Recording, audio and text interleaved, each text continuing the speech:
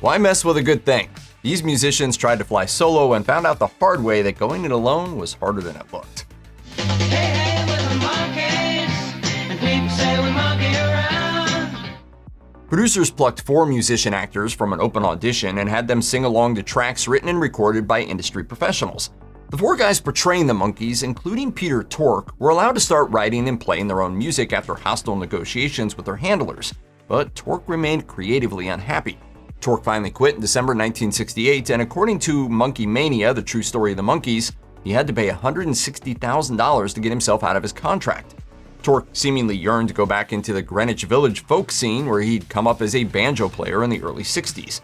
No longer a Monkee, Tork quickly returned to that kind of music, forming a band called Peter Tork and/or Release. Despite Tork's stature and proven popularity, the new group couldn't secure a recording contract. During the mid-1970s, Tork had to leave music behind and moved into David Crosby's basement. After that, he taught school in Los Angeles, fronted a couple of smaller bands in the 1980s, and signed on for the Monkees reunion in 1986. In 1994, he released his one and only solo album, Stranger Things Have Happened. Stranger things than you can imagine. It was met with critical indifference, but he continued to be musically active for his entire life, even reuniting with the Monkees for 2 more albums shortly before his death in 2019. In 1974, Douglas Colvin co-founded the Ramones. There he played bass under the stage name Dee Dee Ramone, with other band members also adopting Ramone surnames after him. The Ramones remained a unit throughout the 80s. Hey, ho, let's go! Hey, ho, let's go! But in the latter part of the decade, Colvin got sick of his bandmates bickering. He was also coping with physical and mental health difficulties and decided to mix things up and told the other Ramones that he wanted to record a rap album.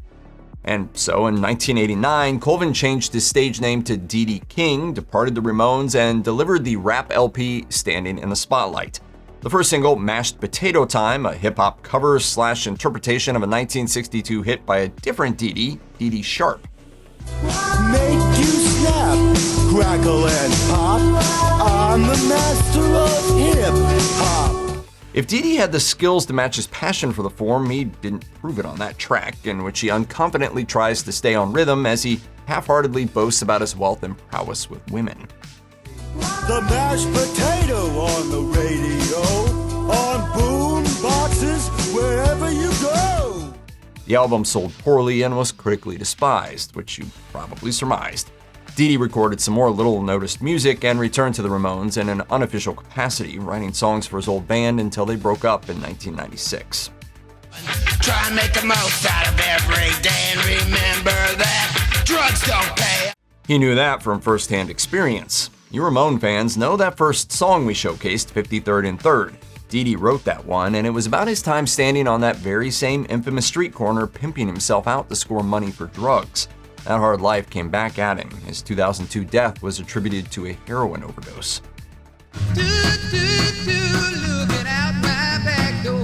As lead singer and primary songwriter, John Fogerty propelled Creedence Clearwater revival to remarkable commercial heights in the late 60s and early 70s. But it was the frontman's older brother, Tom Fogerty, who had gotten into music first.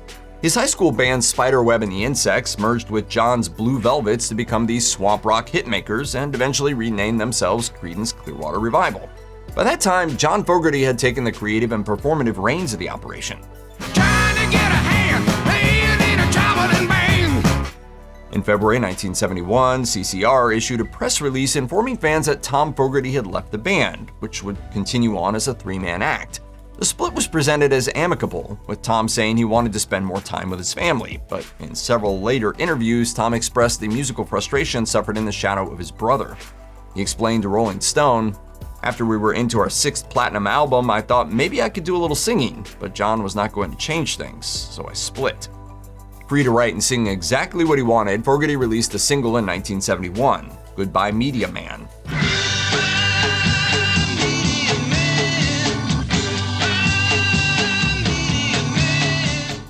In 1972, an eponymous LP arrived. The former didn't make the Hot 100, and the latter sputtered out at number 78 on Billboard's album chart. None of his 6 other albums sold well before Tom Fogerty's tragic death in 1990 at age 48. He died of tuberculosis, which was a complication of AIDS. We're going down.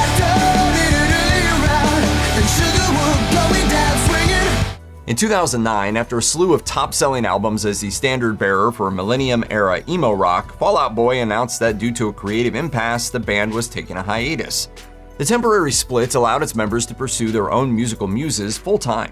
For lead singer Patrick Stump, that meant less rock and more pop, bearing the punk-adjacent ethos of Fall Out Boy and channeling his muse Michael Jackson instead. The fire's in the eyes and the words are really clear, so beat it, just beat it. Stump announced Soul Punk in February 2010, but the album didn't come out for another year and a half after being delayed until October 2011. It was a true solo album too. Stump played every instrument on Soul Punk himself, and it ended up being an expensive and time-intensive endeavor which he self-funded. The result was far away from what fans came to expect with Fall Out Boy. The first single, This City, sounded like adult contemporary meets top 40 dance pop, with Stump styled in the video to look like a teen idol.